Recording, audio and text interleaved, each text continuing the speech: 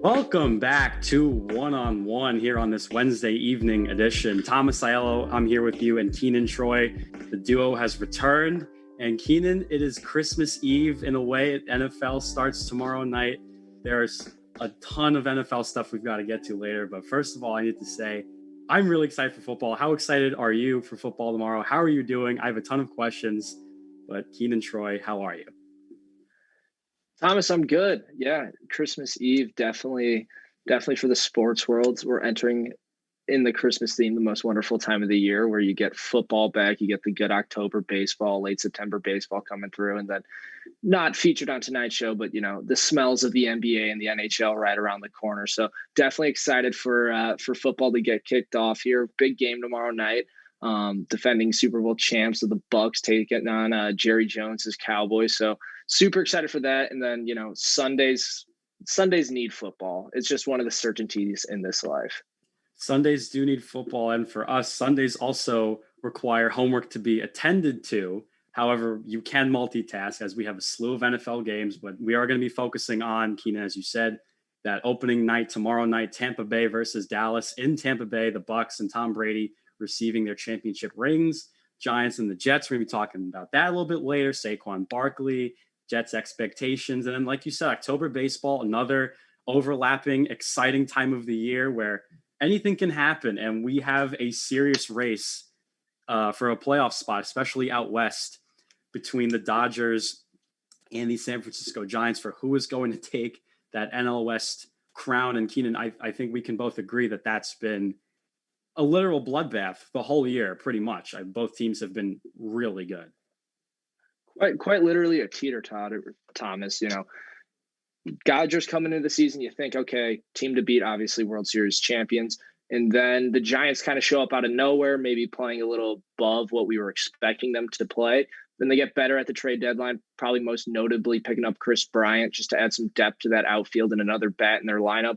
And then, the Giants kind of not stumble, but they allow room for the Dodgers to come in. And when that Dodgers team is so loaded, another team that had incredible trade deadline moves, adding some pitching and Scherzer, and then obviously the speedster and Trey Turner. The Giants stumble almost a little bit, allow the Dodgers to take back first place. And then the Giants, just a resurgence saying, no, this is our division to lose. And we're going to make sure we try our best not to lose it. So yeah, definitely a lot of fun out West. Not going to sugarcoat it. The NL East might not be as fun in terms of quality baseball to watch, but it's definitely another good race we're keeping our eye on too. I mean, yeah, when you have teams like the Rockies and the Diamondbacks, to no disrespect, but they're obviously not the Dodgers, the Padres, or the Giants, who have been essentially setting that division on fire. And the Giants train, Keenan, like you said, we're going to talk about them in a bit. It's just the wheels have not come off. And a lot of people were kind of like, oh, maybe the All-Star break, that might be the end of it. But it's come full circle here. All the older players on that team, they're a very old team. Average age, I believe, is around 33, 34. And they're having a little resurgence season. And, October baseball, NFL football. How about some college football too? I know that you are a huge college football guy.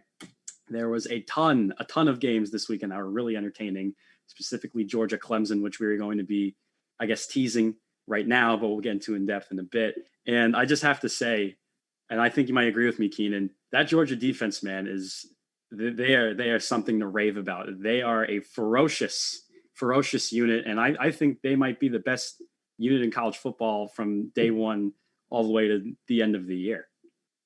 Yeah, I mean, as Coach Smart says, and we'll cover later in the show, he knew they were good. He didn't know that they were that athletic. I mean, you see some of these big guys moving at the line, getting out on pitches, insane pursuit, coming on a younger Clemson quarterback. So definitely a surprise there, but some other great college football news as well. Some other defenses to look at. I thought that the Penn State Nittany Lions secondary was really remarkable, playing in a tough environment up in Wisconsin. And we're going to be getting into that game too in a little bit. But yeah, overall college football is back. Fans are back in the stadium, which, obviously in the past year, that's definitely been something that's missed. But for college football especially, I feel that, without the fans, going into certain environments becomes a little less hostile. So it was nice to hear Jump Around back at Camp Randall. It was nice to hear Enter Sandman for the Hokies.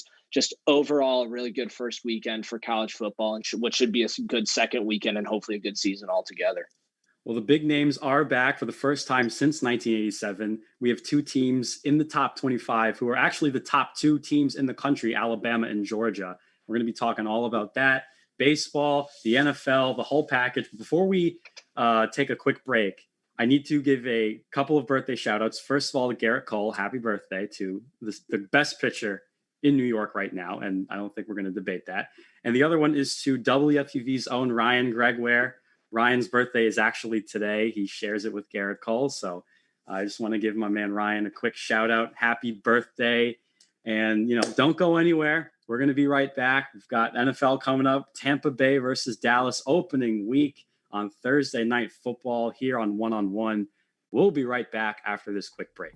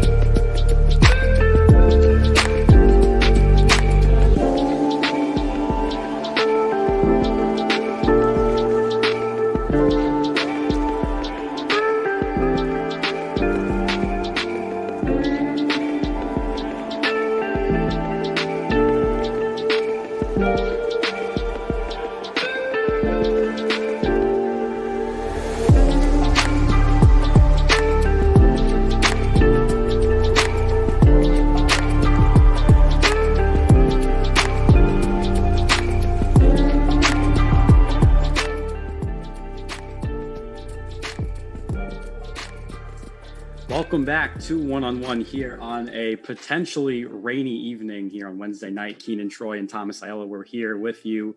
And NFL Week 1 opening night is finally back. Tampa Bay versus Dallas is the game of the week. I mean, I don't care if there's a Monday night or Sunday night football game on NBC. This is the game of games to start Week 1. The defending champion Tampa Bay Buccaneers will be receiving their Super Bowl rings in Tampa Bay, and they'll be taking on the Dallas Cowboys, who went a little bit under a renovation process this year, Keenan, especially with their defense. They have a new defensive coordinator in Dan Quinn. They drafted Micah Parsons in the draft in the first round this year, the linebacker from Penn State. They signed Keanu Neal, Malik Hooker. So last season, after a literal bottom 5 defense, they were actually 28 out of 32 teams who were points against. So they were literally a top 5. They were horrid defense. And part of that was their secondary, which had 46 total passes defended, which was pretty bad. And they had to add some secondary help. Like I said, Keanu Neal, Malik Hooker to try and fix that, adding their 2 guys in the draft. And hopefully for Dallas, if we want to start with the Cowboys, this season, it's going to tell us a lot about a lot of these players, between Dak Prescott, what's he actually made of. Is Ezekiel Elliott going to, just fall off of a cliff because of the fumbling last year? And slowly but surely, he's starting to regress a little bit with the weight issues. And then the defense, which Jerry Jones, notoriously known for being bargain basement, just on terms of defense, he does not go all out like he does on offense. But Keenan, I need to pass this to you. Can the Cowboys take a step up this year? And if you think they can, how far do you project their season this season? So much like the NL East in baseball, the NFC East in football is kind of in that maybe demilitarized zone in terms of establishing a true power in the conference, which ultimately plays into the hands of the Cowboys. I could see them winning this division easily if they get the production out of their offense, which they need. Mentioning a lot of those issues last year, especially Zeke fumbling way more than he should have been, the weight concerns in the offseason, and then, an overall very sloppy defense. You got to wonder how much is that those failures predicated on, your your star quarterback going out. So Mm. with Dak coming back into the offense, I think a lot of those concerns that, Jerry Jones might have had, Mike McCarthy might have had, the Cowboys faithful might have had in terms of, is this team legitimate? Can these boys actually compete every Sunday, win a division? Maybe I think they've got the talent definitely to make some noise in the playoffs. But right now, I just don't know if what we're going to see from them week one. And, the Buccaneers is going to be the test of tests. Not only are they defending champions, but the returning staff the Bucs got, both, in terms of coaching and in terms of players, it's the ultimate test to see where this Cowboys team stacks up. So, I mean, going forward after this week, win or loss, I mean, I think it would be not dumb to say they're going to win the game, but it's very unlikely that they're going to go into Tampa on, the ring night with Brady, being Brady in the bright lights. So I don't think they're going to win this game, honestly, but I think that this is going to be a good litmus test, especially for that defense against such a potent offense. I want to bring up Dak Prescott, actually, Keenan, and you brought up if he can be healthy. He's been a PR disaster this entire offseason. We watched Hard Knocks, and in episode 1, apparently he had a second surgery on that broken foot, and no one knew about it until the documentary came out. Jerry was just trolling everyone, keeping it under wraps. I thought that was a little scary, because if you're keeping an injury that required a second surgery like that under wraps, I think there needs to be some more investigation here, because clearly there's something very abnormally wrong with Dak Prescott. And then he had that little shoulder debacle in the first week of camp before the preseason game, the Hall of Fame game versus Pittsburgh. And then they were running Ben DiNucci in that preseason game. I can't even think of their third string guy at this moment, because that's just how awful those options are. Nonetheless, it's just been a PR disaster in terms of Dak Prescott. I think you're right. He needs to show that he can stay healthy and be that top tier quarterback who is rightfully, I think, deserving of the contract that he got from Jerry. Now, in terms of the Tampa Bay side of things, and you mentioned their defense is the test of tests. All 11 starters are back. And I think this year they're still going to be a good team. I don't think they're going to be as much of a force as they were towards the end of the year. I think there's going to be a little bit of a championship hangover, because as we know with teams that win the World Series, we'll use baseball again, there's always some kind of hangover where everyone kind of underperforms. They don't really care as much, like, oh, we're the champs, that whole hangover kind of thing. But Tom Brady is a different breed. And Micah Parsons and the other rookies, Cowboys, said this is from the Dallas Morning Star. This is from that local paper, and this was reported out of camp. And the two rookies, him and this young man by the name of Odi Gazua, I'm sorry if I'm butchering his name. He said, they both said, Tom's been playing for 21 years. The guy's a little older, and he's not too mobile. And if they had to pick a weakness, they would say his mobility. Keenan, do you remember from The Last Dance, the Bradford Smith story? Do you remember? That's where I'm going with this. The point is, Tom Brady is going to look for the littlest of things, the littlest details of things to go after you, like he did Tyrann Mathieu in the Super Bowl. And then Tyrann pulled the press conference thing, and everyone's like, oh, like Tom was mic'd up, he wasn't doing this, that, and the other thing. I think Micah Parsons, I don't want to say it's a confidence thing, but they're kind of out of line, I think, with that statement saying Tom Brady's he's not as mobile anymore. This could really destroy that Cowboys defense that really has, I think, improved somewhat this offseason, Keenan. Yeah, I would like to say congratulations, young man. You just sealed your fate to a Tom Brady masterclass.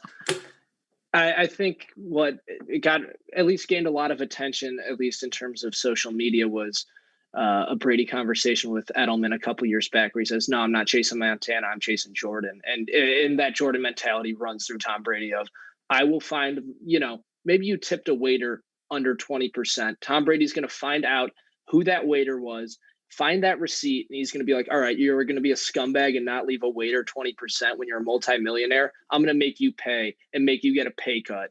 So I think by calling out Tom Brady, and especially the mobility, I mean, Tom's never really been a mobile quarterback. Yeah, so I mean, even when he was younger and would run, it wasn't, breakaway speed. It was like, okay, pockets collapsing, I'll sneak up and maybe get 2 yards before sliding.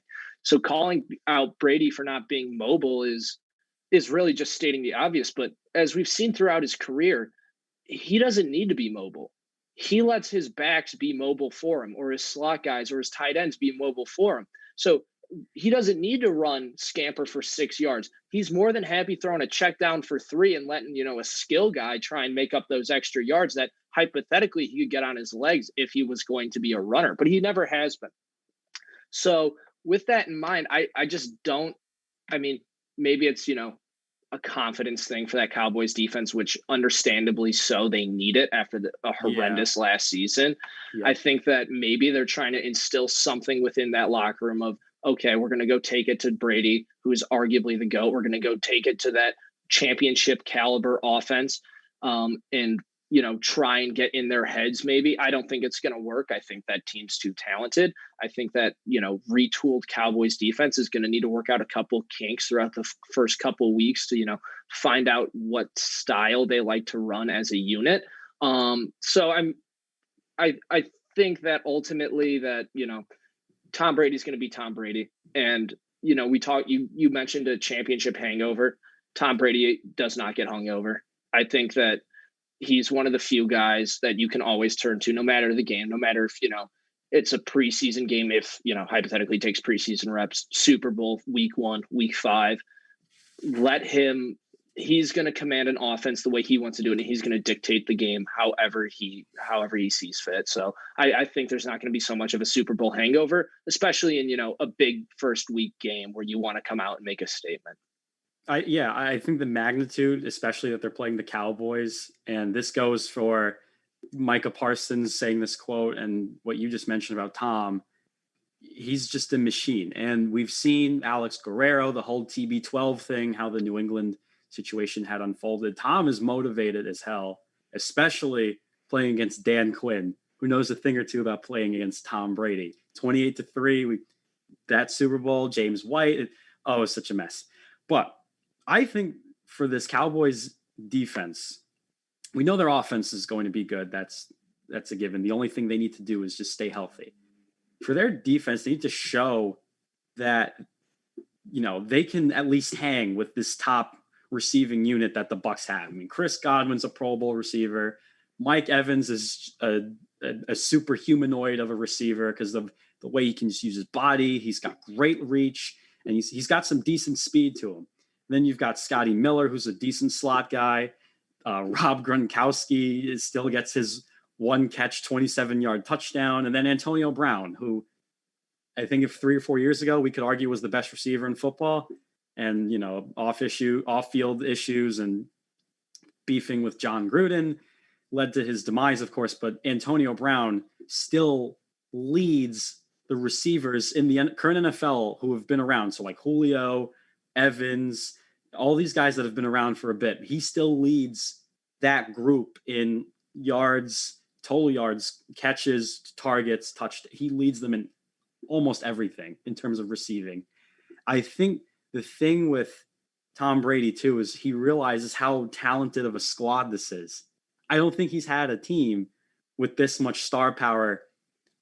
You want to argue 2007? That was probably his best team in terms of skill players. Randy, and I think Gronk was Gronk. That was a little bit before Gronk, but this is the best team he's ever had. And that defense, I mean, putting apples to apples, they're not directly apples to apples. I wouldn't say that this Tampa defense was like any of the New England defenses, but they've got some players on that side of the football. They got Devin White, who's a really good linebacker. Levante David, who super underappreciated, and their secondary is great. So if Tom Brady, if he can motivate these guys and they're just going to run an absolute muck all over Dallas, and they're not even at Jerry World too. If it was at Jerry World in Dallas, boy, that would be something. But I think, yeah, like you said, the Dallas defense needs to prove something. This is just one hell of a mismatch in terms of their secondary. I mean, Trevon Diggs is probably going to be glued to Mike Evans. Is Malik Hooker still anything what he was a couple of years ago? I don't know. I mean, we're going to see a lot from them. And the other thing that I do want to point out is I think Tom is going to be very motivated to beat the you know what out of Dan Quinn, because he made Dan Quinn look so dumb in that Super Bowl. I think this is Dan Quinn telling his defensive players, hey, let's go out and beat Tom Brady. Say that he's not good. Let's go out and get him. I think that's just that's just going to come back to bite them in the behind, Keenan. Yeah, and I think, with such heavy focus on, as you blatantly call it and accurately call it, just a really really big mismatch in terms of Brady's arsenal versus who on Dallas is going to cover him. Excuse me. I think Dan Quinn, especially after last year too, as we've been saying, the Cowboys kind of being like a what's happening on the defensive side of the ball after, you load up so heavily on offense and your defense can't even, make it competitive. I think Dan Quinn has a lot to prove, not only to himself, but a lot to the Cowboys organization this game. And yeah, it might not be a fair test, but hey, it's the schedule that's in front of you, and you got to go out there and perform to some level. I mean, you kind of, you're not playing Mahomes, which kind of works in your favor because Brady's really not going to take the top off of you like Mahomes can or like Tyreek Hill could. But I think it's going to be a true test of how fundamentally sound this Cowboys defense is, because that's ultimately what Bruce Arians has established in Tampa Bay. And also the style of football that Tom Brady plays is just good old fashioned X's and O's. We're going to beat you to the spot on a slant. We're going to throw a pitch out wide and get our blockers going. And you're going to have to be able to make plays against us in positions in which you can either tackle for a loss or we're going to gut you for 15. So I think Dan Quinn, a lot of looks are getting put on him. I don't know if like the national spotlight's going to focus on him, because still this narrative is so much of, are the Cowboys defense any good? But Dan Quinn has definitely a lot to prove here. So definitely looking forward to seeing what the Cowboys defense come out with. I wouldn't be surprised if they try and get pressure to Brady early just to get him off balance in terms of the game, because as soon as he gets into a rhythm, it's almost signed, sealed, and delivered that 6 is going to be scored on you. So definitely I think Dan Quinn is going to try and make some noise in that first quarter, first couple possessions, just to keep Brady and that clicking Bucks off center for a little bit. I think it would be really funny if Dan Quinn just calls a blitz on the first play and then Tom just launches one down the field and 6 on the board. That would be really funny. It would be very Dan Quinn-esque of him to do. But anything as going as far in terms of like a score, a 17-10 like Tampa Bay victory, even if Dallas will probably lose this game. Let's not lie to the people here. Anything of that kind of nature is a humongous success for that defense, because like we've been talking about for the past couple of minutes, it was absolutely horrifyingly terrible last year. Okay, I could have gone out and walked past the Dallas cornerbacks and safeties. I could have done that. That's how bad they were last year. They were on a historically horrible pace to just be one of the worst defenses to ever exist in the National Football League. I do want to get from you a pick for tomorrow night for a score before I give mine. So Dallas, Tampa Bay on ring night in Tampa Bay. Who do you got winning opening night? I got the Cowboys losing 31-10. I think going into the half, it's going to be maybe 10-7 the Bucks. I think it's going to be a good first half. That's my prediction. I think that, Dan Quinn's got it. And I mean, you've got enough film on Brady to this point where, and that Bucks offense, as we have said, a ton of almost an entire returning cast in terms of the skill positions. So you kind of know what to expect, but I think just coming out of halftime, I don't think that Cowboys defense is going to be able to adjust the way that Brady's going to be able to adjust to whatever they're throwing at him.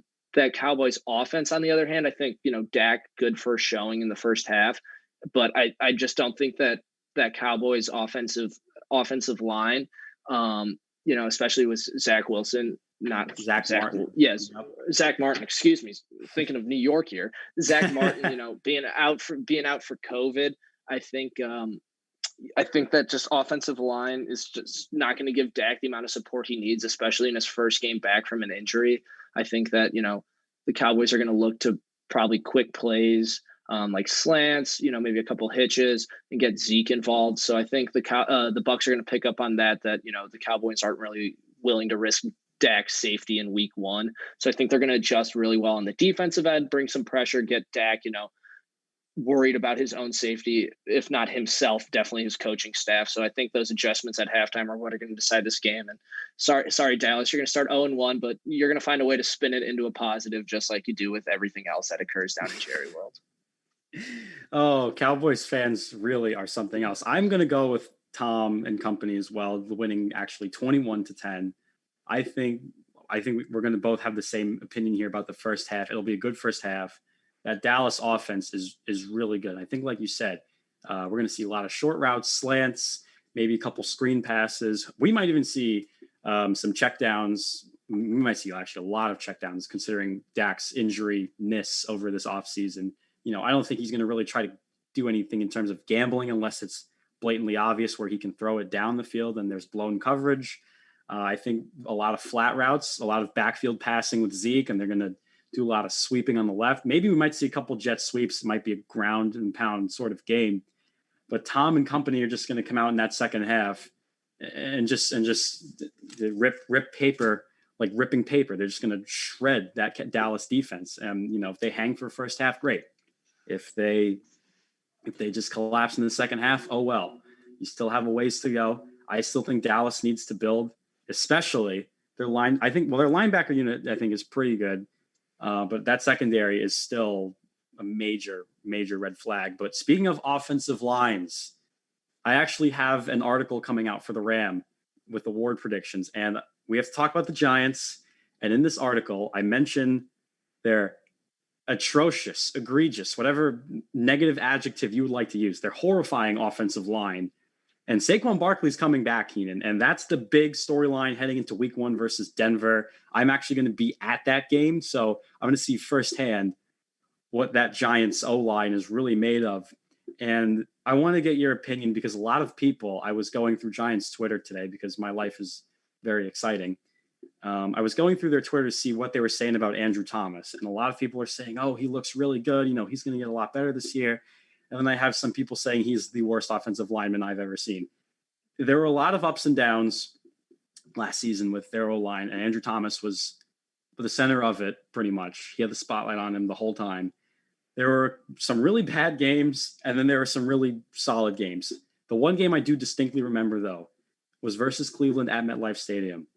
And he went toe-to-toe with Myles Garrett. Now, Myles Garrett is a handful and then some in terms of just his swim moves, his spin moves, just overpowering linemen to get to the quarterback, the way he does it. I'm not going to say he's Aaron Donald-esque, but Myles Garrett is a damn good defensive end. And Andrew Thomas was, I would say, not terrible versus him. But for the Giants, Saquon Barkley is the main thing here, and he's coming back. And the O-line is still a mess. Someone needs to step up. I don't know if you see it. I don't see it really in that O-line getting better, but say this O-line's bad enough. Is Barkley going to really suffer this year, or are we going to get more of a 2019 kind of Barkley? I think a lot of that is predicated on the offensive style that Joe Judge wants to run for the Giants this year. I think week 1 playing the Broncos is another team kind of in a question mark in terms of, where are they going directionally after Bridgewater is named as your starter. So I think that it's going to be a good test. But yeah, with Barkley coming back into the backfield, I think, well, first the question is he going to play? Is he going to play? Because he's doing a lot of limited reps in practice. He's yet to get a preseason. He never had a preseason snap. So are they going to roll the dice with, probably one of the biggest superstars at the running back position when healthy in the NFL? But if he starts, I think Joe Judge and the Giants need to organize a scheme that caters to a weaker offensive line. Excuse me. I think with Daniel Jones as your quarterback as well, you're almost sealed. Not that I'm a Danny Dimes hater, even though I don't think he's legitimate in terms of being a superstar. Yeah, I think he's a very, very average quarterback. But you need to run at least in my opinion, you need to run an offense almost as we're talking about the Bucs, how Brady just chunk plays over the middle, get second and manageable for him. I think that will be the key to the Giants' success this year if they follow that game plan. So, part of it's because Daniel Jones has proven to be a bit of an inconsistent quarterback. Sometimes he's really money. dropping dimes, Danny Dimes. Another time he looks like Danny Penny because he just can't Danny he can't Penny. produce anything on the offensive end. So I think if they cater to a style of football that allows Saquon to, I think, become more of a receiving threat, I think that will really not only help protect Saquon, but also will give him keep that defense honest, whoever they're matched up against. And like I was saying, I think that Broncos defense, pretty very good. pretty good. But I think you could expose some weakness in there if you get mismatches with Saquon if he's playing. So I'll be interested to see what the Giants dial up, what capacity they use Saquon in if he's healthy. But I definitely think, moving forward this season, unless we see significant improvement in that offensive line, or, you're playing a bad team where you can just run Saquon up the middle and let him eat, I think you're going to see a lot of his mobility and a lot of his touches come out in the flats, come out on maybe like a wheel or, a skinny post up the middle or something that allows him to kind of use his speed to his advantage, but not place his health and safety in the hands of a kind of garbage offensive line. I think what the Giants should look at, Joe Judge, Jason Garrett, and Dave Gettleman, they need to look at a couple of teams here that I have on my paper. Number one is the Cleveland Browns, and the second one is the New England Patriots. Notice what both teams do with their quarterbacks, with Baker, and probably what's going to happen to Mac Jones. What are they? They're game managers, right? And if they're throwing passes, if anything, it's check down machines. And they have, at least for Cleveland, a really, really good running game. Nick Chubb, Kareem Hunt are two very different running backs who do two very different things. I think if the Giants really want to protect Daniel Jones, and like you said, they need to run an offense that's friendly or towards not relying on the O-line to make a pocket for Danny to throw, you should at least do a two-back duo, like receiving back and then a power back, or just to do it all back like Saquon, which they have. They don't have that receiving back. If they do, it is probably not really good. I think that's what the Giants should do with Daniel Jones, because I think asking him, like you said, he's too inconsistent to be Danny Dimes, and then he's Danny Trips at the 10-yard line against the Eagles. I think asking him to do those kind of things is a lot. I think if you can just get him playing the check down game, the screen game, the flat route game, anything short, 10, 15-yard kind of stuff, I think that would really improve the Giants team. And I do want to bring this up because this is a question and debate I've been having with Giants fans, actually. So we know that Barkley was the second pick in 2018, and he had all the hype in the world coming out of Penn State. Quentin Nelson was the sixth pick, who your Colts selected, and he's probably the best lineman in the NFL who's not named my man David Bakhtiari. Go Packers. Do you think, I'm sort of on the fence with this, do you think the Giants should have traded down to pick 6 to select Quentin Nelson? Because their line has just been horrifyingly terrible. In 2018, they were ranked 24th out of 32. 2019, they were ranked 17th. And then last season, 31st out of 32. Do you think the Giants should have passed on Barkley, traded down to take Nelson? Or do you think they made the right call at that time by taking Barkley? I just want to get your opinion because I've had this discussion with people. I want to see what you say.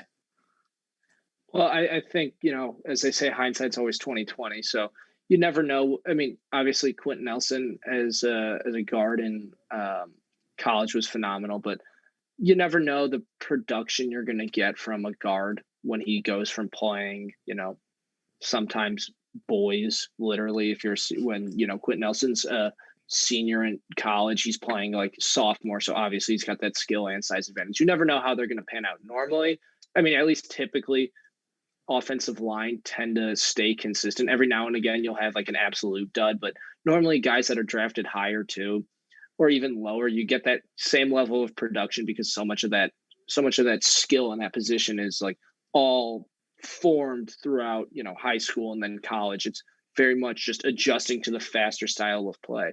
So I think that when you're making that pick, yeah, Quentin Nelson's still on the board, but keep in mind when they're drafting Saquon, Eli Manning is still potentially maybe a top 8 quarterback. I don't think that's a stretch for the production he was giving. And I think if you're a Giants executive there, you think, okay, if we compare an aging Eli Manning that, has proven, at least to this franchise, that he's a winner and that he's a gamer and he'll compete for us. If you pair him with a young, explosive, as you said, does everything running back as Saquon, there's no reason why you're not thinking, okay, maybe an NFC championship game. So definitely grass greener on the other side. But it's going back to what you said earlier, Thomas, about, comparing maybe this Giants scheme, hopefully, to maybe like a Brown scheme or, maybe a Belichick-esque offensive system.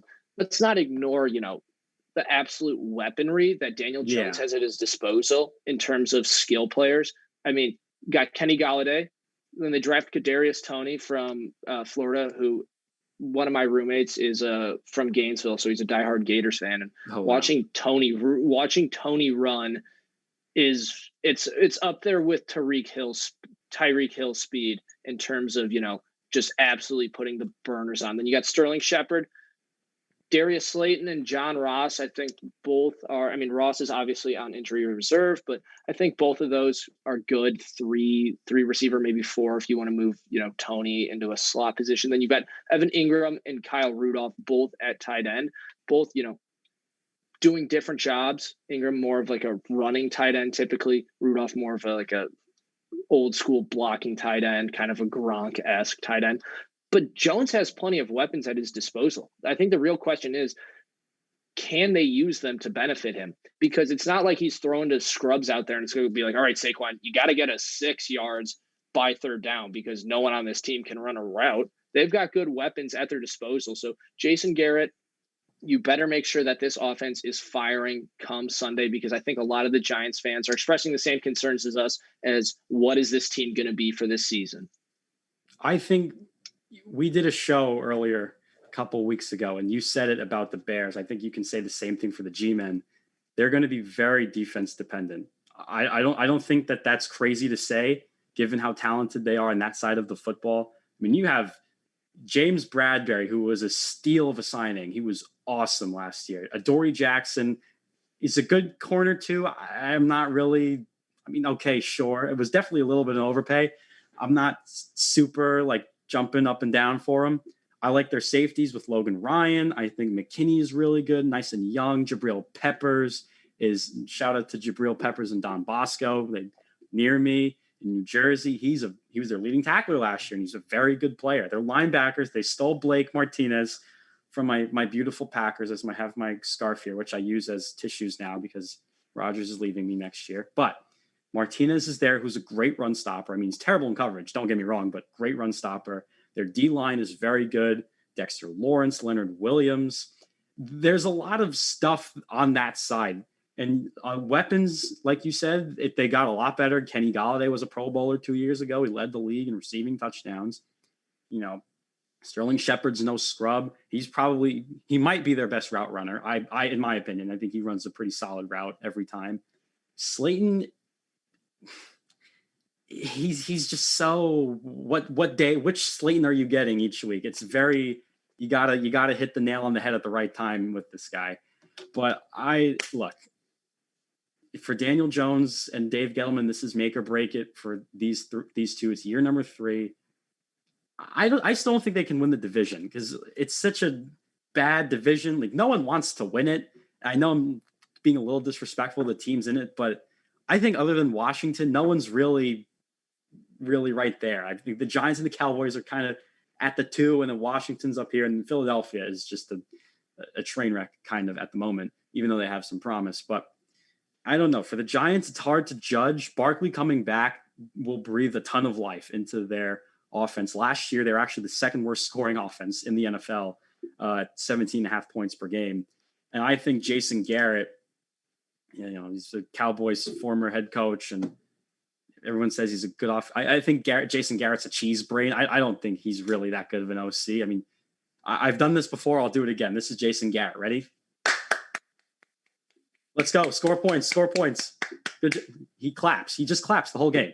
I don't actually think he's a good OC. But anything can happen for the Giants because Joe Judge is that good of a defensive coach. Their defense is that good where they can hang in those games. But Keenan, I don't think they're better than the football team. I don't think we're going to disagree with that. especially on the offensive side. I think the football team's better on the offensive side of the football. Yeah, I think, trying to bring this full circle here with our Cowboys versus Bucks tees, you look at a team like the Giants, right? Very defensive heavy in terms of reliance. And then you look at a team like the Cowboys, which is going to be very offensive heavy in terms of production to keep them in close games. And then you look at the football team, which who knows if they're ever going to change their name, because I've come to love and appreciate it. I have too. I think they're the team in that division that's the most well-rounded. I think you can expect a solid showing almost every week for them. Sure, there's going to be games where they look bad, but that defense is young, and I think they're only going to get better as the year goes on. So definitely, if you're a Giants fan, your main concern is being better than the Cowboys, to show that at least of the two teams that are traditionally the more of the blue bloods, at least in the past 10, 15 years of that division, that you're headed into the right direction. You're a step above your rival. So definitely a lot of questions to be addressed for both the Giants and the Cowboys. But overall, I mean, both teams have to find a way to balance the dependency between offense and defense if they want to make a push to win this division over the football team. Well, there's a lot of discussion. The NFC East, is it going to be the NFC least next year, or this upcoming season, I should say? We shall see. Tampa Bay, Dallas tomorrow night on NBC. Ring night in Tampa Bay for Tom, number 7. Al Michaels will be on the call.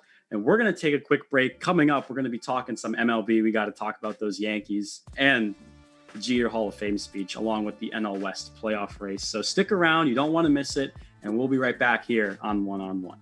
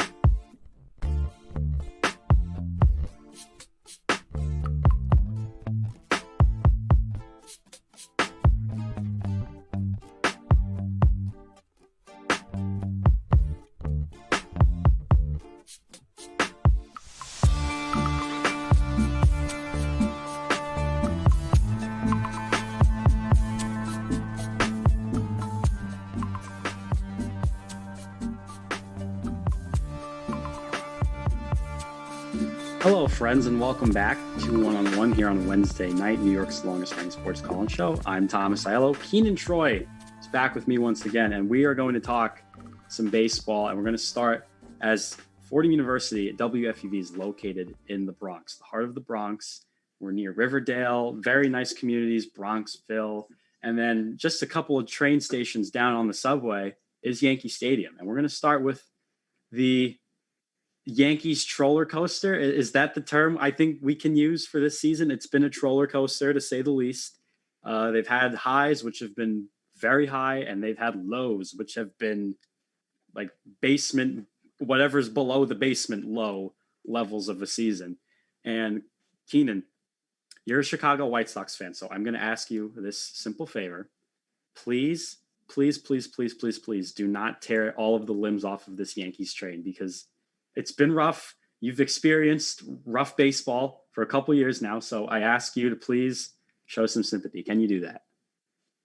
Yeah, I mean, no problem, Thomas. I've been there through slumps. I've been there through, season-long slumps, 3 season-long slumps. So I definitely understand that from a sports fan perspective. But with the Yankees, the last time I was on here with you, as you mentioned, the Yankees were riding that win streak high, baby. The Yankees were winning the World Series. Everybody on cloud nine. Nobody's touching this Yankees team. And then what happens? Oh, the inconsistencies return that have been haunting this team since April. I think, after I think I had asked Lou Orlando was on our show too, diehard Yankees fan, just like you, Thomas. And Yeah. I'd asked, when's this run gonna end, and what's it gonna look like after they stop winning games? Are they gonna be able to take that first loss on the chin and then rebound in the next game? And over the past 10 games, they haven't really shown anything desirable at the plate. And then, going into last night, you see Garrett Cole on the bump. And the birthday boy, Ryan Gregoire, tweeted out last night a tweet I agreed with. He said, covering the Yankees for WFUV, obviously, he says that, you pay your starter, you pay your ace, you pay your number one to get your team out of these tough spots, to get your team out of a slump. And then Cole comes in last night, and, Cole, after the All-Star break, has been lights out. There were some little inconsistencies through June, but seemingly in the second half of the season, he seemed to figure out his stuff. So going into last night, you're kind of expecting, okay, here's going to be a big decisive win against the Blue Jays. That's going to hopefully propel us into our series against the Mets. Hopefully we can steal another game tonight, which is not looking likely. Sorry, Yankees fans. Nope. But you were hoping Cole could give you, some production. And then he gets shelled. I mean, not really shelled, but in terms of Cole's standards, he gets shelled. And he gets pulled early with alleged hamstring tightness. I talked to you boys pre-show, was it actually a hamstring that was bothering him? Or was he just like, I don't have my stuff tonight, I need to get out of here? And if that's true, and that's his attitude towards pitching, that, hey, I don't have my stuff, but I'm not willing to go out there and fight and battle for this team to try and get us a playoff spot, what does that say about your ace? So, Thomas, as a Yankees fan, I'm not going to make fun of you, but I am curious as to what you think, first address, is Cole actually healthy, or is there actually a hamstring issue? And B, if Cole isn't back for this team, say he goes on 10-day IL, are the Yankees signed, sealed, and delivered to the gallows, or is no pun intended with Joey Gallo? I was haphazard, but are they signed, sealed, and delivered for their fate of not making the playoffs, or is there still hope for this team? I think for Cole, when he got hit in the hand, whatever it was last night, I think that was a way for him to get out of there, because I think he's kind of given up. Maybe a very slim, maybe chance that he's given up. And I'll say why he's given up, because he is a literal lunatic when it comes to how competitive this guy is. I mean that in the nicest way. Don't take anything that I'm saying Garrett Cole is insulting. He's a competitive lunatic, but in a good way. And it's a team that needs it. They've had introverts on this Yankees team for a while now. I mean, LeMahieu doesn't speak. Rougned Odor, I mean, he just showed up, but he's bombastic in a way. Urshela is very quiet. Torres is really monotone. Judge is, they're all level-headed guys. And Cole is just a very, let's go. Let's win this game. Yeah. He's really just competitive as a person.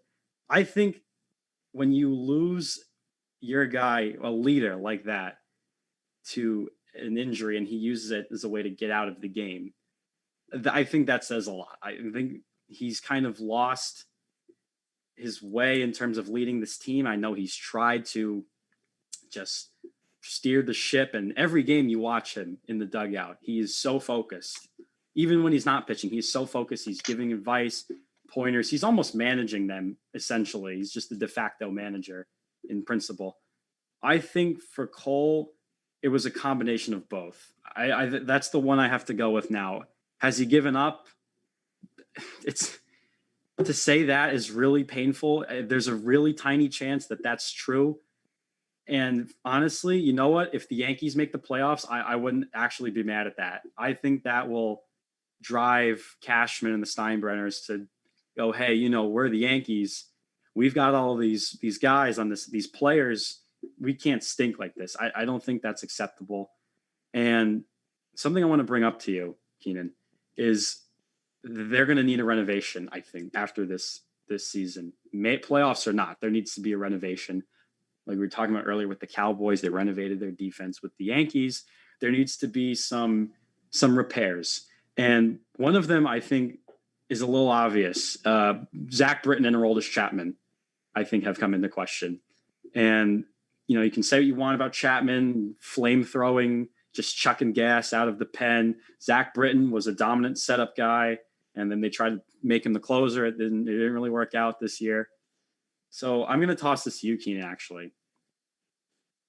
Do the Yankees, do they blow the whole thing up and start it over? Because at this point, to be honest with you, and from the pitching side, I think that should be done.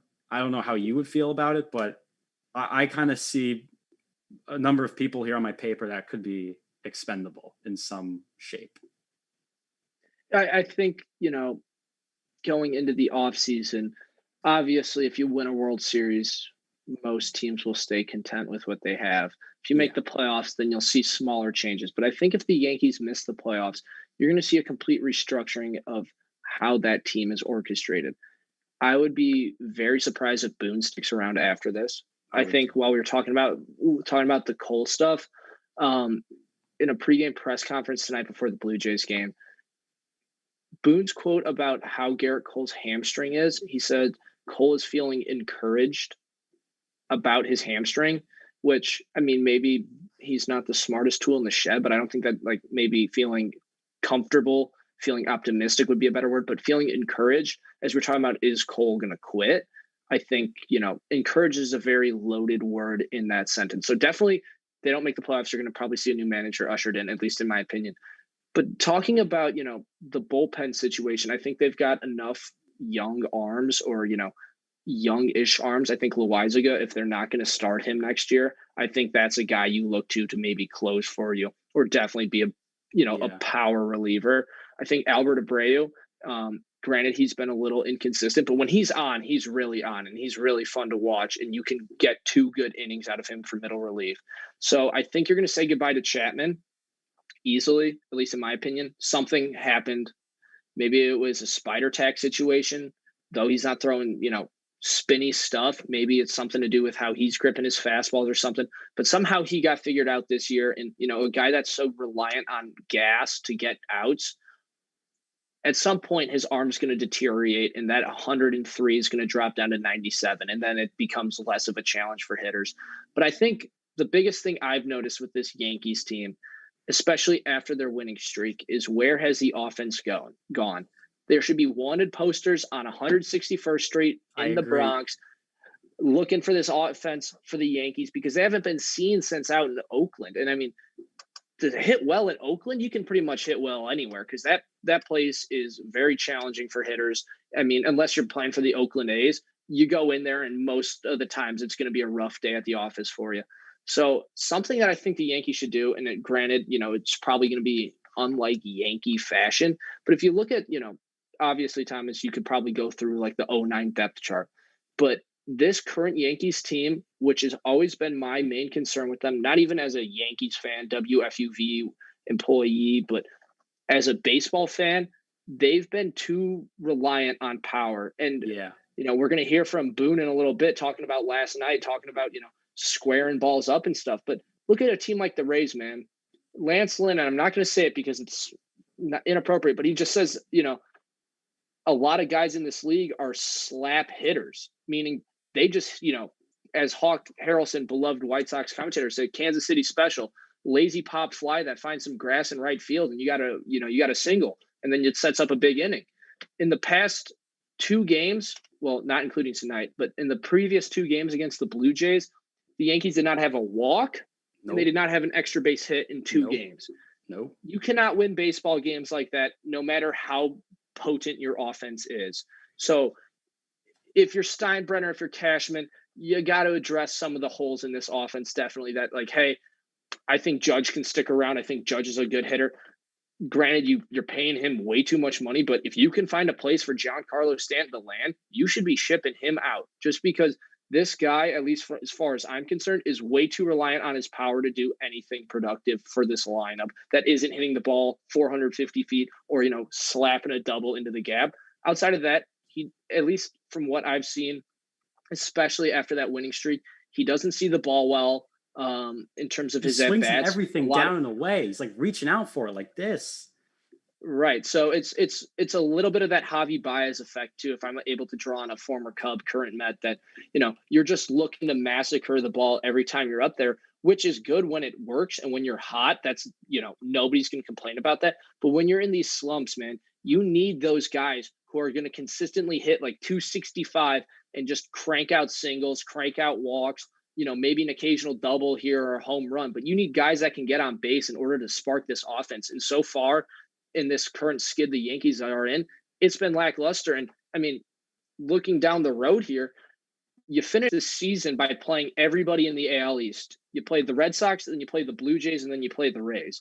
So you better hope something gets going in that dugout, because you have your fate in your own hands come the end of September, and you better hope that offense can produce something, especially if Cole's injured. If Cole's injured, I mean, you better be hoping that, maybe it's time to call up Barry Bonds and get those steroids out of the closet or something, because these boys need to hit. Oh my, the Barry Bonds reference, man. Oh boy, that one really hit home for me. But we do have some audio that we're going to play in a minute here. But I do want to say about their offense, Keenan. Something I've noticed. We can kind of hit on it though. It's all stationary people, right? Base to base. They don't steal bases like they were in that little stretch. I think it was the middle of July where they had like Greg Allen up, Jonathan Davis, and they were running amok on teams and stealing bases and doing all of that kind of stuff. But it's frustrating to see a team just so fundamentally flawed, because baseball lifers will tell you that fundamentals like fielding, stealing bases, sacks, sack flies, sack bunts, squeeze bunts, safety squeeze, hit and run, the base hits in the gaps, attacking the gaps for that matter, all win you games. You can't win like that. And I don't know what to say. It's really hard. I'm actually speechless for the first time in a while when it comes to these Yankees. But we do have some audio collected by our very own Ryan Gregware, FUV's Yankee beat reporter. So we are going to play that for you. It's Aaron Boone discussing the problems with that Yankee offense and just why it's just not working. I think that's happened at different times. I actually thought tonight, in comparison with yesterday, I thought we at least put some good swings on balls. I thought, for example, Judge had a few really good at bats and nothing to show for tonight. Voit, same way. We had some guys that hit the ball okay today compared to yesterday, but the bottom line is we got to be better. We got our guys now, and if we're going to be the team we hope to be, our offense has to carry that freight for us. So we got to get it rolling. So you hear Aaron Boone there. It feels like a rehearsed answer, one he's probably given tons of times this year to the media. It's almost like trying to eat stale bread, thinking that you're going to get a different result, which is actually the definition of insanity, doing something over and over again, expecting a different result.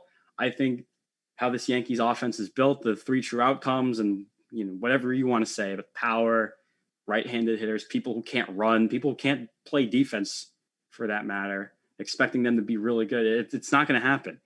And you speak of these teams that have all these diverse players, diverse skill sets. We have to look at the NL West, because there's two teams out there that are like that. The Giants and the Padres, and the Dodgers, excuse me, Dodgers and the Giants, as I'm stumbling over my words.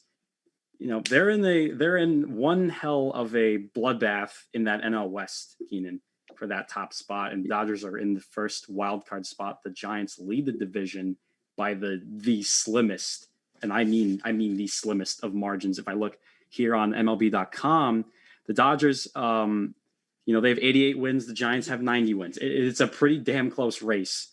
And I want to get your thoughts. Who's going to take that division? Because it seems like one day the Dodgers are on fire, and then the next day the old man sees finally wakes up. That is the San Francisco Giants, and they just kick the living you-know-what out of people. I can't tell you who's going to win the division. I've just exercised my brain to the point where I can't think of it anymore. So please solve this conundrum for me. Who is going to take the NL East or the NL West crown? I think it's going to be the Giants. I honestly do. I think as you emphasized, and as we heard, Aaron Boone talk about, oh, we've been lining up the ball well. When you look at that Giants team, led by a veteran in Buster Posey that has throughout his entire year just been a good contact hitter. And then you got, Brandon Crawford batting, leading the team at 293 in average. He has been both, the combination of those, they obviously win it for them a couple years in a row. Three out of six it was back in the early 2010s there. These guys know winning baseball. And I honestly think, obviously when the Dodgers play their best baseball, they're the best team in baseball. But I think, going into the final stretch of the season here, at least for me, I trust this Giants team a little bit more to get it done night in, night out. Just because though the Dodgers are more star heavy, as we see with the Yankees, to bring it back to them, when your stars don't produce, you run into problems. And so if Mookie's not on, if either of the Turners aren't on, you're going to run into problems. And yes, their pitching is significantly more dominant than the Giants. So obviously on paper they are, but that Giants team, man, they're just old and they know how to win baseball games, and which ultimately is going to separate them, at least in my opinion, from this Dodgers team down the stretch. They have the lead right now. They're going to have to be willing to give it up. And I just don't think this veteran crew is willing to do that, especially to a potent Dodgers offense. Something I want to say about the Dodgers is the amount of experience that they have on that team. You mentioned Brandon Crawford. Evan Longoria is on that roster. Buster Posey, who probably is the best catcher of our lifetime, I think we can say, other than Yadi Molina. Those are the two. The experience factor should never be discounted, especially for a team that went 3 out of 6. And they beat a really good Texas team in 2010, a damn good Detroit team. I think it was in 2012, I believe is the year. And then you had to but you beat a damn good Royals team in 2014, and Madison Bumgarner came into relief. I think it was game 4, game 3. What was it, Keenan? I think where Mad Bum came into relief out of the pen. It was 4. Game 4. And he pitched one hell of a stretch and just a magnificent postseason performer. But the Giants, it's a new kind of crew with that. I mean, Logan Webb he's pretty good. Kevin Gausman was an absolute bargain this year. Alex Wood, he was up for a while, down for a bit, and he's kind of, I think, leveled out. I don't think that their pitching is terrible.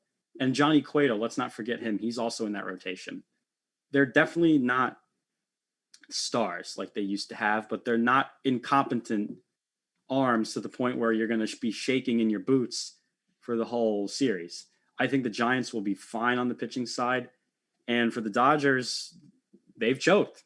They needed the 2020 shortened season to win the ring. And Cody Bellinger has not been the same for the last 2 seasons for some reason. And that's been a humongous concern of Dodgers fans. And like you said, Mookie Betts, we don't know. He's up and down sometimes, even though when he's on, he is just, man, he is such a joy to watch. He's so much fun, especially in the outfield where he just flies back and forth.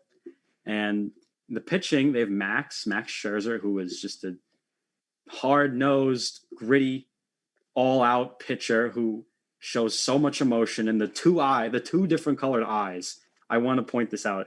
The 2 different colored eyes just must freak out batters, because staring at that, and he's got that serious, that very serious pitching face hiding under that glove like this. You must. I would pee my pants personally. I really think I would if I saw that as a hitter. He's very dominant in postseason now. Does that fix a lot of the problems they've had in the past? I couldn't tell you. I really don't know. But he's got a little Robin and Walker Buehler. They've got a really, really good bullpen. David Price is going to be, I'm sure, going to be in the bullpen in the postseason. So that adds a lot of something to that. And David Price has pitched well in the postseason with Boston. Bruiser Gratterall, Kenley Jansen. And Jansen's got his problems, but I think this year he's been a lot better closing games. Hasn't run into too many crazy jams. But for the Dodgers and the Giants, man, it's so close. and it's really depending on the day. Who do you like? And I'm gonna end my brain exercise because I couldn't pick who. I also am gonna go with the Giants to win that division. I think the experience is way too valuable. Those guys know what they're doing, like you said, Keenan. They know how to win baseball games. They know how to win playoff series, for that matter, and they know how to pitch in the postseason. I think those are going to be really important for them coming into this postseason. But we're going to take a break. We're going to come back. A little college football. We got to talk about that. A loaded weekend this weekend over there. So stick around here on One on One, and we will be right back.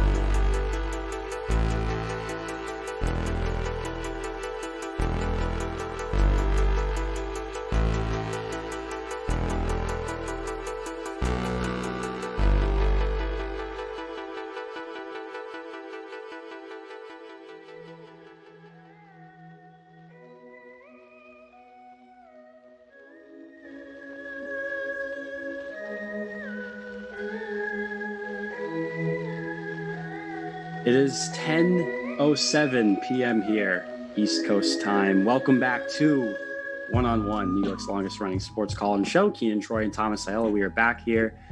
And we're going to go back to the gridiron, however, this time college football. And Keenan, before the show, was so excited to talk about Notre Dame. We'll get to it in a minute. He absolutely loves them. I say that with a guilty smile on my face because Keenan has a couple of things to say about the Fighting Irish. But before we do that, we need to talk about the game of the week last week: Georgia versus Clemson, number 2 versus number 6, and it was a 10-3 overall score. Georgia did win. It was a defensive struggle.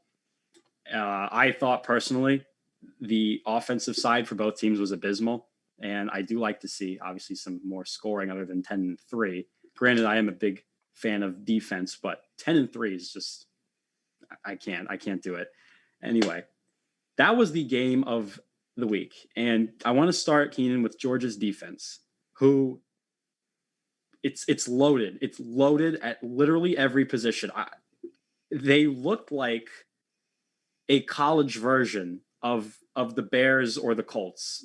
That's what they kind of look like to me, a college version of the Bears and the Colts defenses, because they're just very good at every position, from the nose tackles to the edge rushers, coverage linebackers, to safeties to cornerbacks. I thought their whole unit is phenomenal, well coached, disciplined, tough, ferocious, all of the above. And I think, Keenan, that defense, that might carry them to the championship game come next winter in January or February. I think that can really carry them. And they looked super sharp against Clemson last week. Yeah, I think coming into this game, that was kind of there were two big questions is post Trevor Clemson, what are they going to look like on the offensive side? And then, I mean, obviously not as sharp as you'd think so, but I personally believe that even, a great college quarterback like Trevor Lawrence would not have thrived against this Georgia defense. That was the other main talking point coming in is this Georgia defense on paper is stacked. Last year was still a pretty solid defense, but, had some inconsistencies in playing. And to come out and show out in the first game of the season against the number 2 ranked team in the nation in Clemson and just, absolutely stick it to them, man. Like, if you look at the statistics, I'm holding up 2 fingers, guys, 2 rushing yards officially allowed to Clemson. Yep. That front 4 or front 3, if they're dropping, I mean, you can say you do your job, and that would kind of be like, okay, maybe they held them to under 100. This was watching some of the best front 4 football I've ever seen. These guys they're ripping through and also keep in mind, this is Clemson we're talking about. This isn't an Old Dominion, where you're playing, not highly recruited players, though they may be good. They're not, perhaps on that top tier level. You're playing one of the best college football programs in the country, and you are making them look silly. You're pancaking through blocks. You're ripping off the edge coming in. 7 sacks credited to that Georgia defense. And almost fittingly, the only touchdown scored was a 76-yard pick six for that defense for Georgia. And so almost fittingly, they really held their own. You mentioned the offenses were lackluster.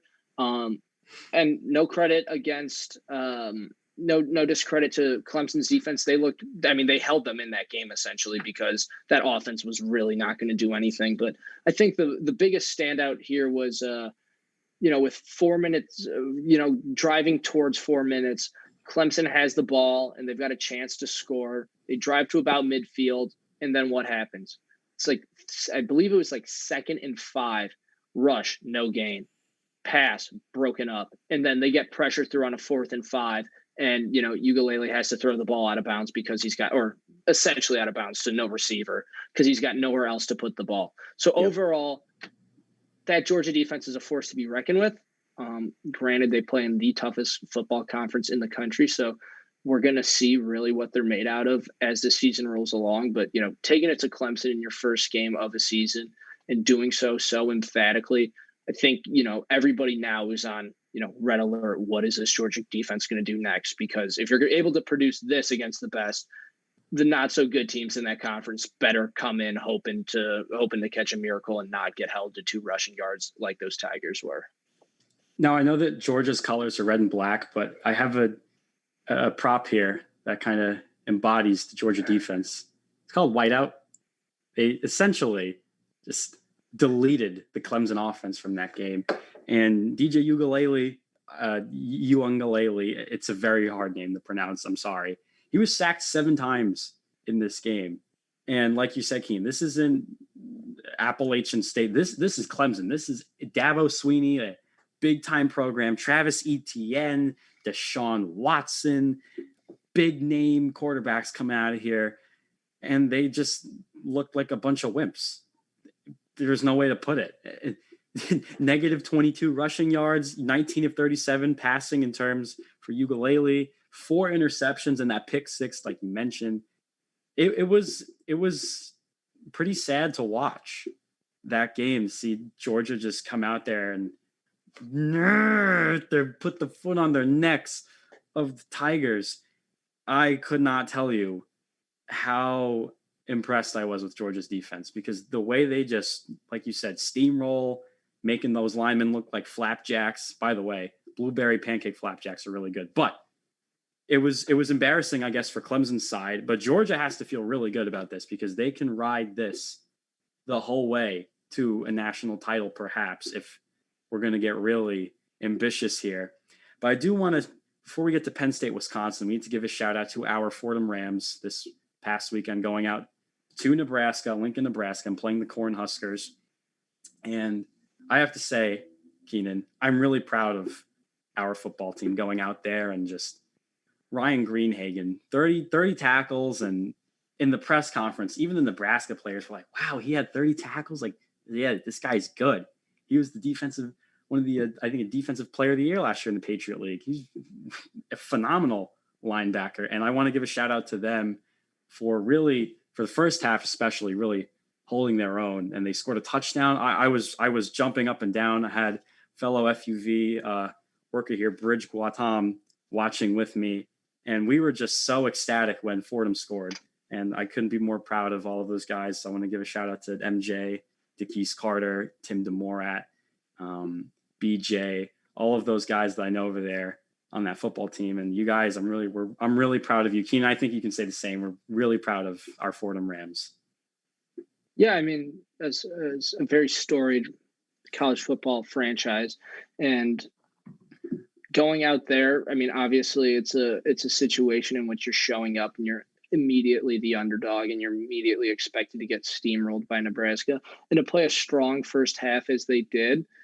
I mean, in terms of, what you expected from Fordham going into that game, that was kind of along the lines of what I was expecting.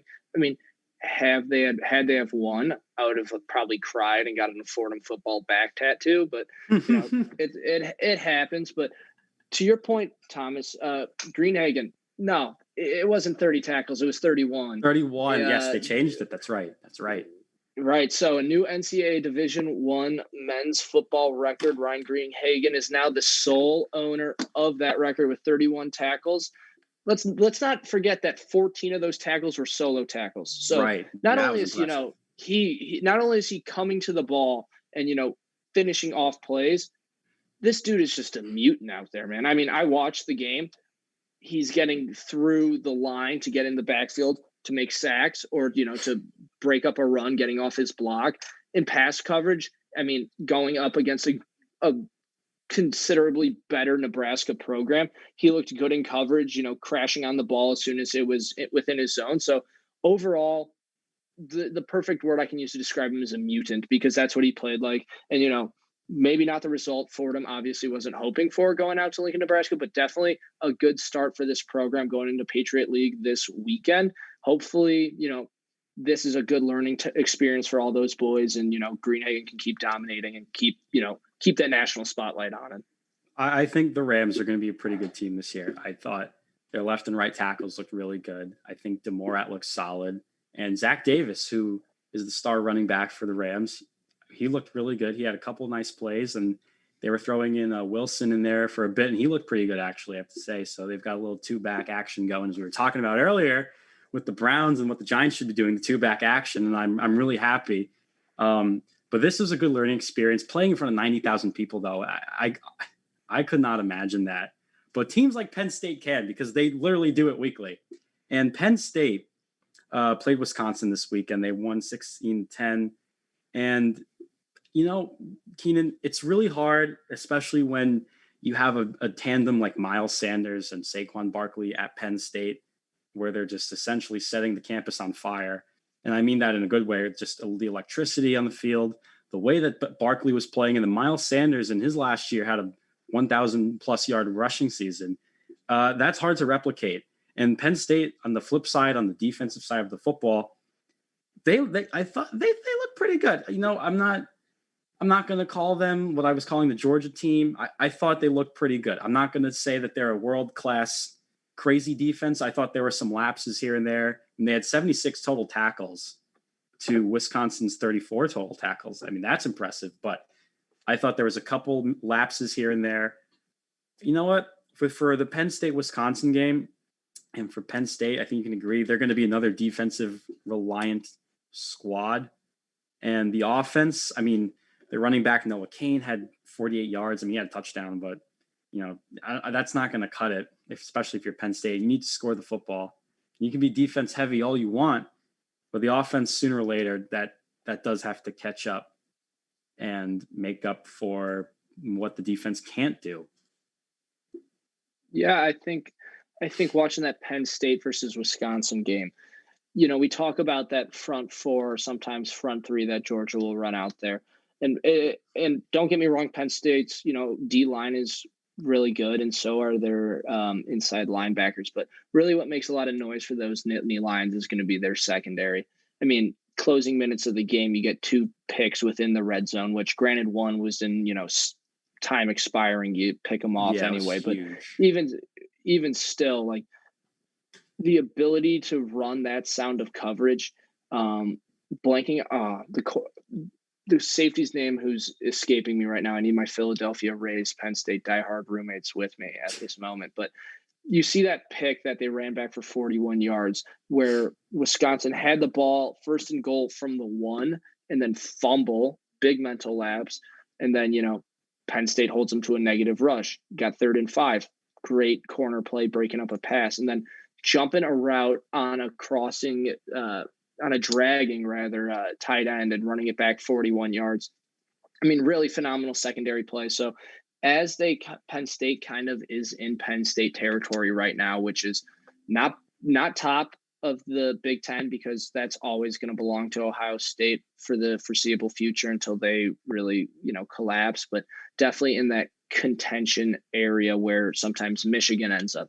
Sometimes, you get Iowa to poke their head in, Wisconsin in years past. So that's right where Penn State is. And as you touched on, Thomas, moving forward, granted, first week, a lot of moving parts of that offense that they need to figure out. Coach Franklin's kind of got to figure out where he can rely on his running game for, because Penn State, as you had mentioned, has been such a heavily reliant running team. I think moving forward, we're going to see that offense start to click a little bit better, especially when they play lesser talented teams in the Big Ten. But ultimately, Penn State came to play out in Wisco, and hats off to them. They kind of have a easier week this week, which, I mean, you never know in college football. It's one of the beauties of the sport. You just never know what performance you're going to get from which team each week. But I think moving forward, Penn State is the team to watch outside of Ohio State in that Big Ten to contend for that Big Ten championship. And on college football, unpredictable. And you bring up the Ohio State Buckeyes. I want to preview this weekend a little bit. And producer Alex is actually a big Ducks guy. So as he's pumping his fists in the air, you guys can't see him. He's all excited. I brought up his Ducks. But Oregon, Ohio State number 3 in the country. Oregon is number 12. Keenan, this might be a really fun game. And I am really having my eye on Kayvon Thibodeau, the defensive end from Oregon, who people are saying could be the number 1 pick in next year's draft. I haven't seen enough personally of him individually to make that judgment, but I'm definitely going to be watching this game. Definitely going to have my eyes on him. The other big question from Ohio State's perspective is CJ Stroud. He's got to take the reins from Justin Fields, who was obviously the 14th overall pick in this past NFL draft. And that's a lot to ask for when you have an NFL quarterback go to the NFL, and then you've got his backup coming in to replace or fill in those shoes, I should say. It's a really tall task. And I know that both teams have questions on both sides. Of course, with Oregon, their shaky defense from last week, it was very hit or miss for me. And for Ohio State, can CJ Stroud hold it down? But Keen, I want to start with the Ducks. And Kayvon Thibodeau, I know I've said his name for like 3 times in the last 15 seconds here, but he's just that good. I really think the rest of their defense is blah, and he's forced to kind of carry a lot.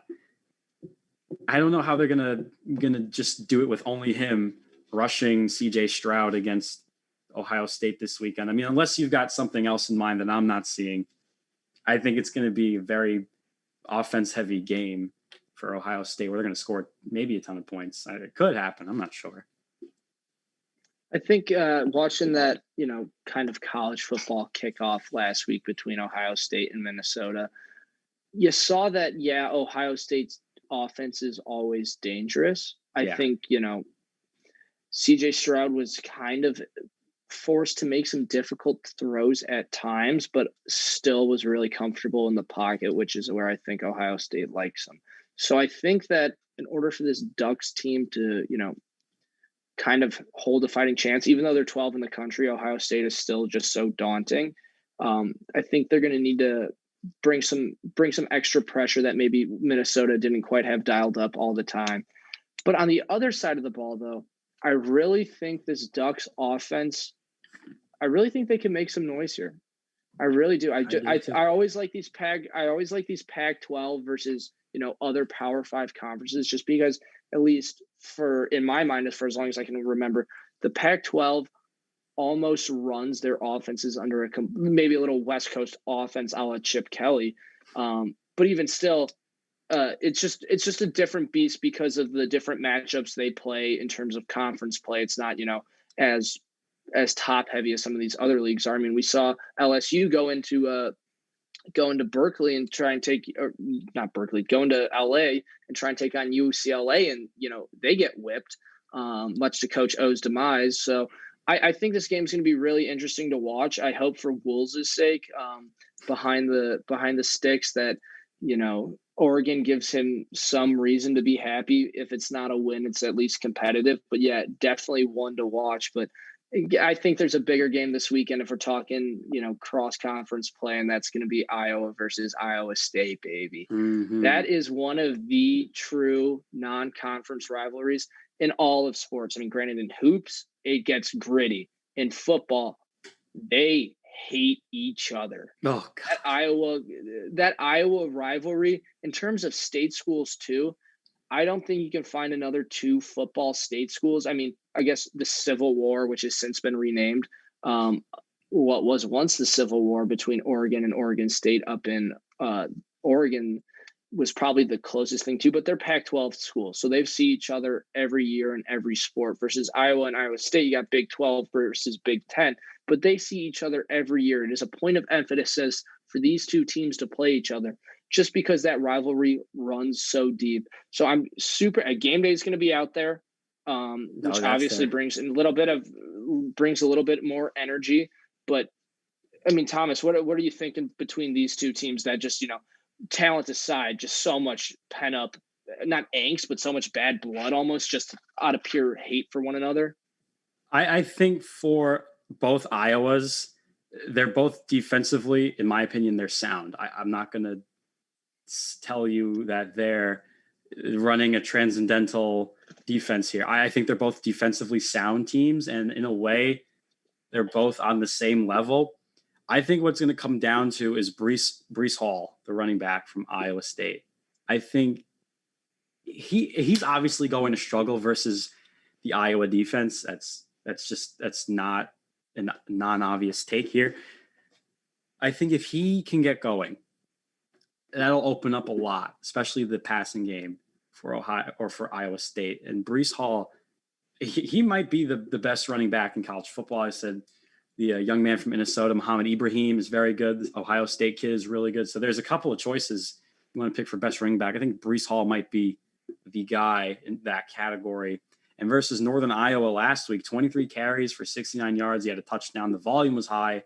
The yards are, not where you really want them to be. I mean, yeah, you have the touchdown. It kind of makes up for it. But, I think for this Iowa State game, College Game Day's out there. So national media is going to be all over it. ESPN is going to be just feeding SportsCenter with just Iowa and Iowa State topics that they just come up like, whose cafeteria lunch is better? Maybe that determines who wins this game, or some crazy topics that they always come up with. I think this is going to be a defensive struggle in the first half, and then it's going to turn into a shootout by the end of the third, the start of the fourth. That's where I'm kind of leaning. And the X factor is going to be how well can Breece Hall perform versus the Iowa defense. That's my main concern here. I'm going to go with Iowa State. I don't know how you feel. I'm going to go with Iowa State because Breece Hall might be the best player in this game, at least offensively. And I think that can really swing the pendulum of power here in terms of who's going to take this a bloody football rivalry. Yeah, I mean, personal grievance aside, because I am from Indiana and I'm a Hoosier football fan as of 2 years ago when they actually started becoming quasi decent at football, that Iowa defense held Indiana to 2.5 yards per carry. So obviously a very good running defense. Michael Penix Jr., who was a all Big Ten quarterback last year, threw 2 pick sixes. Yep. He looked like a JV quarterback. It was really disgusting to watch. But they are at Iowa State, and Iowa State has won 6 at home, so I would like to lean towards the Cyclones here, but I'm gonna roll with those Hawkeyes, man. I think Iowa typically shows up in big games, oftentimes at home they do, but I really like the Hawkeyes here. And I know, Thomas, you're saying that it might open up in the end. I'm going to argue the opposite. I think in the first quarter, we're going to see a lot of gutsy calls, maybe try and, show them something new, just because with this rivalry, they know how much is at stake, and they know, at least looking at film, how much they're expecting from each team. So I wouldn't be surprised if both coaches decide to open up the playbook a little bit more, try something else new. And then, as the game progresses, it's going to be it's going to be trench warfare out there in Iowa, and it's just going to be a treat to watch, because it's going to be, classic Big Ten-esque football, 3rd and outs, punting almost every possession, and then getting down to the wire. I think 3 and out trench football is a good way to put it. Almost reminding me of the wild card game, 2019 Patriots Titans. That was more Derrick Henry just running all over the place like a crazy person, but it was trench warfare. And I think that this game is going to have a little bit more to that, especially that's college football, and these two schools totally despise each other, like you said. But really quickly before we wrap up here, Notre Dame played FSU. And I know you're not, I said sarcastically, not a big Notre Dame guy, but really quickly, Mackenzie Milton, who came back from a horrible injury, actually led them to overtime. Just the feel-good story of this is really something to behold. And, Notre Dame's not that good, but I think Mackenzie Milton really takes the spotlight for this game. And it's really nice to see a story like that. Yeah, and really quickly, as you said, Thomas, before we have to wrap here, just to all of our listeners, where else but sports? Where else can we see a guy that's pretty much given slim chances of ever being high function mobility on his knee, go out there and ball out and lead a team to an overtime loss? But, maybe no fault of his own, because his kicker does miss that kick. But, where else do you see a kid, who's pretty much told he'll never play football again, go out and ball out the way he did? So Mackenzie Milton, hats off to you. Excited to see what you do for the Seminoles, because they look good in that second half. So, maybe Florida State's going to be a team in the ACC that could shake things up. I don't know, but obviously Mackenzie Milton grabbing the national spotlight for that, and the tissues were flowing for sure. Well, it's been a loaded week 1 of college football. It's going to be a loaded week number 2. NFL's kicking off. MLB playoff race is heating up. Keenan, it was a blast as always. Great to be working with you once again. Our producer, Alex Walls, our sports director here at FUV, Bobby Schiaffardini. For everyone at the station, I'm Thomas Aiello. This has been One on One, and we will see you guys next show on Saturday.